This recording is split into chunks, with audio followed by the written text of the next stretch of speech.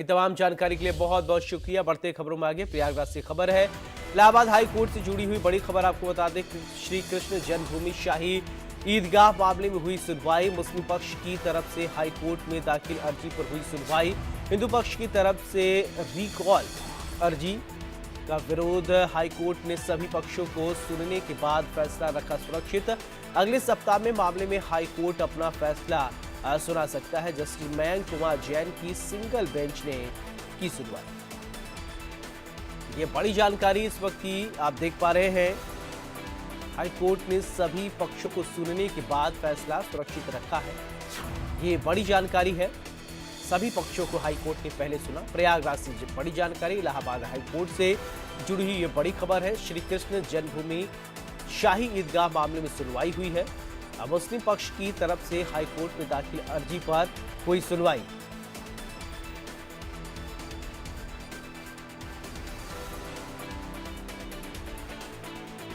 तो बड़ी जानकारी देख पा रहे हैं आप।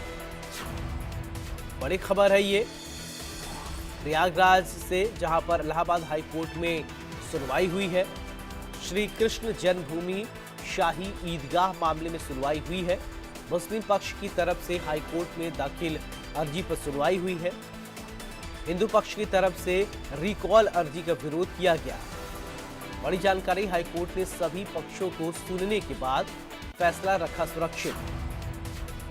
ये बड़ी और अहम जानकारी है प्रयागराज से, जहां पर इलाहाबाद हाई कोर्ट से जुड़ी हुई बड़ी और अहम जानकारी आप तक हम पहुंचा रहे हैं। श्री कृष्ण जन्मभूमि शाही ईदगाह मामले में हुई सुनवाई।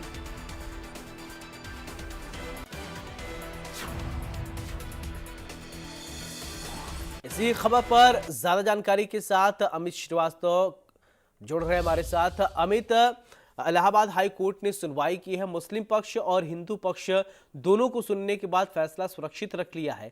क्या सुनवाई हुई है, अपडेट कीजिए।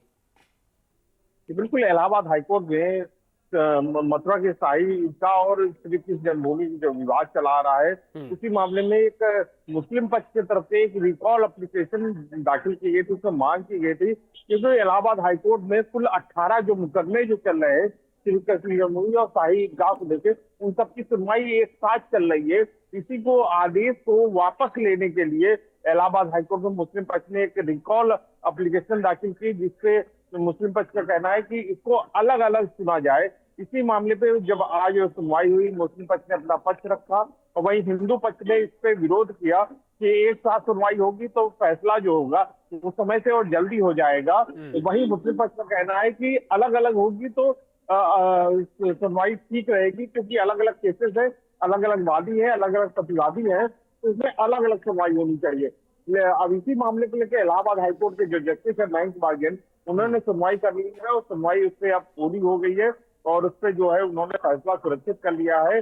अब देखना होगा कि इलाहाबाद हाईकोर्ट के जो जस्टिस मयंक कुमार जैन है वो क्या फैसला सुनाते हैं कि रिकॉल एप्लीकेशन को एक्सेप्ट करते हैं या उसको रिजेक्ट कर देते हैं।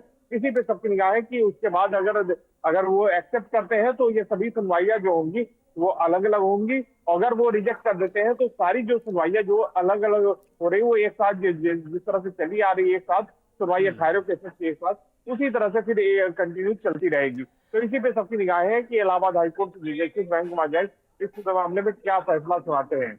जी चलिए, अमित, तमाम जानकारी के लिए बहुत बहुत शुक्रिया। बढ़ते खबरों में आगे लखनऊ से खबर है, जहां पर दीपा